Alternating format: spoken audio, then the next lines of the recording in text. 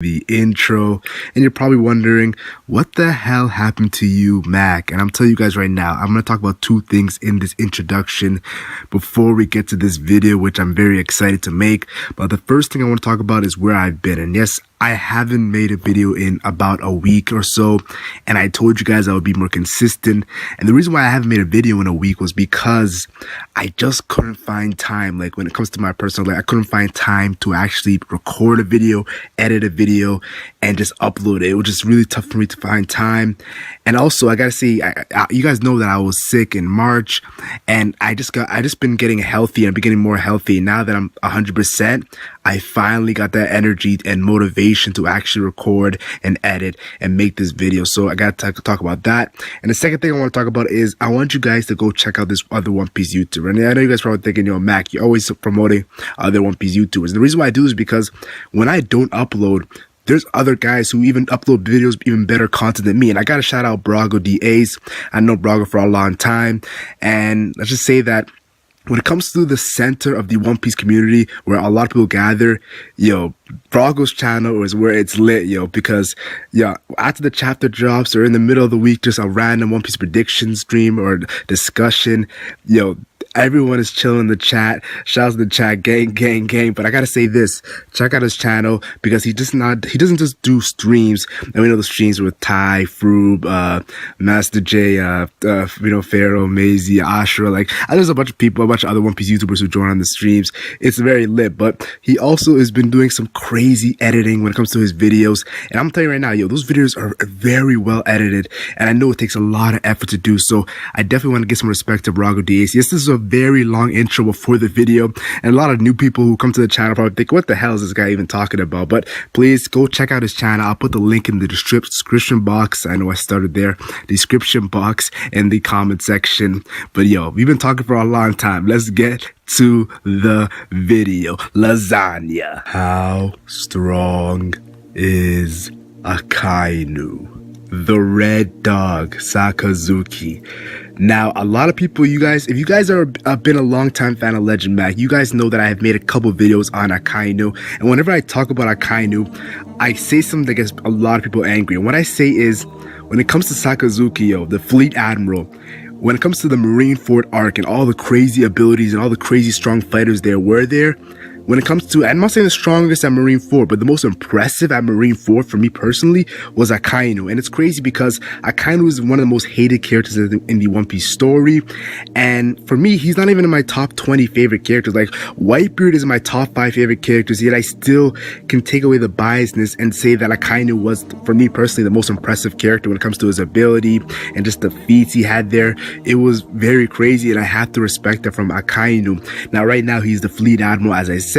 He's leading the Marines, and it's interesting because there's a lot of things we have to touch upon when it comes to Akainu, his past, and in the future. Akainu needs to get some future battles in which it pretty much makes him a force to be reckoned with. He has to get some crazy feats, and he has to take down some very formidable foes. So end of story, Akainu is respected by the fans, and we get a crazy epic battle with whoever. People say Sabo, some people say Luffy, some people say Dragon. I'm not too sure, but this video is not about theories or predictions. It's about how strong, yes, how strong is this man? Now, a very cool fact that we learned in the Marineford arc when it comes to Akainu and his fruit. Now, we saw some crazy stuff from the Magma fruit. We saw him writing down Magma on the Whitebeard Pirates Merciless. We seen how crazy, like, it was. It was a very crazy Delph fruit. I'm not gonna sugarcoat it, but his Delph fruit was superior to Ace's fire, and that's what we learned there, that Magma surpassed fire. And that was crazy because it's one of the few moments where we see a Delph fruit surpass another Delph fruit, and Oda has made it a fact that there's other fruits that are just better than the other fruits. So it's a crazy thing. I can get more into detail, but I'm trying to get to his video to see how strong this guy is. So Akainu's fruit, for me personally, is impressive. I gotta give it respect. One of the most impressive fruits in the One Piece story. Now, the crazy thing about Akainu is is early on in the series, you've seen characters like Crocodile and Anel. Now, a lot of people have theorized that Crocodile has haki, and we know that Anel has his mantra, his observation haki. But let's be honest here, when it comes to armament haki, Crocodile and Anel, it wasn't really impressive, and these two are Logia users. But when it came to Marineford, we saw 3 Logia users, the Admirals, who had impressive haki, and which we all saw when he blocked that Whitebeard attack and many other moments. But for me, out of all the Admirals, Akainu seemed to have the most impressive armament haki, just from what I've saw. One of the craziest moments is when Marco and Vista both try to attack him with their haki, and Akainu just shrugs it off. Look at this guy's haki. Now, some people are saying he's manipulating his fruit. I personally feel like he's using a stronger haki, armament haki than them, in which it cancels out their haki, and he still becomes a Logia. That's just a theory of mine. A speculation has been confirmed. That's just an opinion of mine. But I personally feel like his armament haki is up there. Now, there's characters like Whitebeard, who we saw, who was able to get by Akainu's armament haki, and there's also characters like Shanks, who was able to touch Akainu, and we know Shanks is kind of known for his haki. Now, a lot of people have been theorizing that the situation with Marco and Vista versus Akainu is just his fruit, because they bring it up to Aokiji and Whitebeard. But I personally right now I disagree. I think that Akainu, just armament haki, was above Marco and Vista. Just my opinion. Now, Akainu versus Whitebeard, I can tell you guys about Akainu versus Whitebeard all day. I can sit here and just talk about Akainu versus Whitebeard, how crazy, how fun it was, how epic it was. But I want to get straight to the point. Whitebeard, yes, he did beat his ass, but Akainu had moments, and these moments, like, this is the world's strongest man. Now, we gotta say, Whitebeard was old in age, he wasn't in his prime, and Whitebeard was a little bit sick, so, and plus he had that Squardo stab that Akainu maneuvered, and you could see that Whitebeard took other damages from other Marines, so he wasn't 100%, but Akainu did take off half of his face, and the anime actually had to censor this, so Akainu taking off half of his face is one of the most craziest feats I've seen. And also Akainu magma punching him in the stomach. And Akainu did put in work, but Whitebeard beat his ass. Let's be honest here. Whitebeard in the manga, in the anime, he does defeat him. Now, Whitebeard did jump him. I will say this. If you read the manga, Whitebeard does come behind Akainu and it just out of nowhere destroys him. But I do want to say this. Yes, Whitebeard got the W. But what was impressive of this battle, taking off half his face, hitting him with magma punches, pretty much the best person against Whitebeard in the Marineford War. But the most impressive thing for me was Akainu's durability. He took a Whitebeard beating, and it seemed like he had no damage. I remember when I first watched this moment in the anime, I was so angry. Whitebeard just gave me this most satisfying attack, and he's still standing, and he's still up and going and fighting. Whoa. Now, what made Whitebeard actually beat Akainu to the core was the Akainu versus Ace moment. Now, Akainu just talking bad about Ace, and Ace is pretty much pops Whitebeard, and out of nowhere, Ace comes back with his pride, just like his real pops, Goldie Roger. Akainu and Ace, we find out that Akainu's Dull Fruit is superior to Ace's, and we also see a moment in which Akainu actually kills Ace. So, yes, Ace, he wanted to stand up to Akainu, but Akainu just had the edge, and this led to Whitebeard going rage. Now, another impressive moment. I've been saying a lot of impressive moments from Akainu, but this is an Akainu-centered video. If you clicked on this video and thinking, why the hell is this guy talking about Akainu and be impressive, you clicked on the wrong video. But I want to say this. Akainu, a moment that a lot of people don't talk about. When Akainu versus all the Whitebeard commanders and Crocodile. Think about that. All the Whitebeard commanders and Crocodile stood in front of Akainu and actually battled him. We saw moments where Curio, the guy with 2 guns on the Whitebeard, I think he was the 7th or 8th commander, he got wrecked by Akainu. I don't know if he's still alive after that magma attack he got. And we just seen that all going at it, and Akainu still got by them. Now, how did he get by them? Did he beat them? No, because they were still up and going. He probably maneuvered his way, took out a couple commanders at like that, and probably got by. That's the theory right now. But he took on Whitebeard commanders plus Crocodile's characters like Marco and Vista in the Whitebeard commanders, and then Crocodile there, and he was in fear. He's like, I'll take you guys all on. Respect. Now, Akainu versus Shanks, this is just a little moment where Akainu is about to destroy Kobe and Shanks comes out of nowhere. Let's be honest here, it's not a little moment, yo. This moment was probably the most shocking moment in the Marineford War. Shanks out of nowhere. This is Shanks from day 1 days in the Romance Dawn. But I want to say this. this proves that Akainu right now, not right now, but what we saw in Marineford, I definitely don't think Akainu could take on a prime, healthy Yonko who has their health.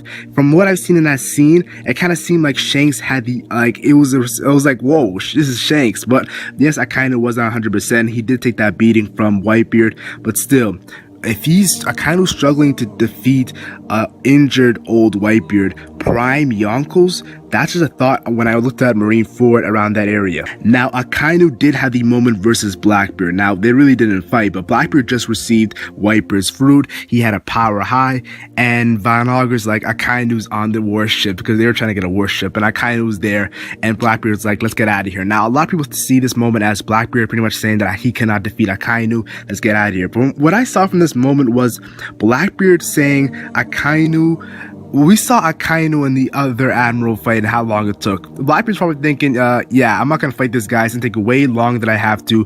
And he's the only one who actually could take on Akainu right now out of all those guys he has in his crew. Everyone else would be fodder compared to Akainu. Well, not fodder, but still, they wouldn't really put up much of a fight. Blackbeard wasn't a Yonko at this point yet. He still was under a Yonko. He still needed experience with the fruit. And we all know the iconic moment, the crazy moment in which Blackbeard finally got recognized as a Yonko when he defeated Marco and the remnants of the Whitebeard pirates. So yes, Akainu over here, I personally believe that Akainu was above Blackbeard, but Blackbeard after the time skip, that's another discussion. And the 10-day battle, Akainu versus Aokiji, Magma versus Ice. Yes, everybody wants to see this fight. They want to see what went down. How did Akainu beat Aokiji? A lot of crazy stuff here. And it's crazy because some people say that Aokiji was at a disadvantage because Akainu had the magma fruit, which can melt ice. But there's some videos on YouTube where like ice is actually freezing magma. So it's a very controversial topic. And that's probably why Punk Hazard is how it is now. I definitely believe that they used Awakening, both of them, and that kind of changed the environment. We know that Crocodile, there's been theories of him using Awakening in Alabasta. That's why Alabasta couldn't rain. There was no rain coming down until he was defeated. So Akainu versus Aokiji, we see volcanoes, we see snow coming down. Did they change the actual environment in Punk Hazard? Is that their Awakening? Who knows? But I definitely feel like this fight makes him stronger. We see if you ever watched the series Dragon Ball Z, we see after every fight, they always get stronger. And Akainu defeating Aokiji during the time skip is definitely a defining moment in which I feel like Akainu definitely got stronger after this battle. So when people say Akainu, what did he even do? How did he get stronger after the time skip? I feel like the Aokiji fight battle experience is definitely helped him in rising in his power level. Now Akainu post time skip, he really hasn't had any big moments. Now when it comes to big moments, I'm talking about like when it comes to battling, but there has been moments that were kind of funny, like him yelling with Fujitora and pretty much banning Fujitora from the world government because he was so angry at what Fujitora did, bowing down to the king, pretty much saying the Marines were wrong, and Akainu hates that. We also had moments with him to the Gorosei, and that's kind of hilarious how he was talking to the Gorosei, kind of like he's not scared of them, and the Gorosei was kind of like, who's this guy think he is? So that's why I always say I don't think the Gorosei is like Pirate King level as a lot of people think. I think the Gorosei just might be around the same level as the admirals, and we just have to wait until we see them fight. Actually, they might even be weaker than the admirals, who knows? We're never gonna know until we actually see them fight. And I just personally feel like it was a hilarious conversation where Akainu was disrespecting the Gorosei and the Gorosei were disrespecting him back. It was lit. Now my personal opinion, I think the most reason why I believe he is at this level, which I'm going to say right now, I believe Akainu is Yonko level. I said on Marineford, he didn't seem like he could take on a prime Yonko, but after the Aokiji versus Akainu battle, he definitely had to get stronger in my opinion.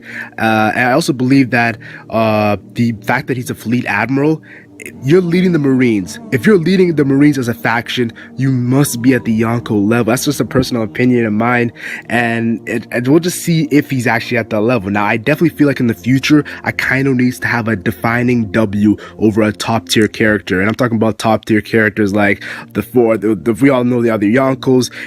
I'm not too sure who he's gonna have the defining win over, but he needs that defining win before he battles a character like people say it's gonna be Dragon. I'm not too sure. People say it's gonna be Sabo at the end of the story. Some people say it's gonna be Luffy. I'm not too sure what's gonna happen when it comes to theories like that, but in my opinion, For now, my guess is he's at the level of Yonko, and he's one of the few characters that are not a part of the Yonko, which I still give him that respect, as I think he is Yonko level. But you know what it is, One Piece has different abilities, and it's really tough to gauge their power. And just an assumption of mine, put in the comment section how strong you actually think Akainu is, because I know a lot of people have colorful opinions on this character, and it's about to get heated. No reference to the manga, but let's just say, like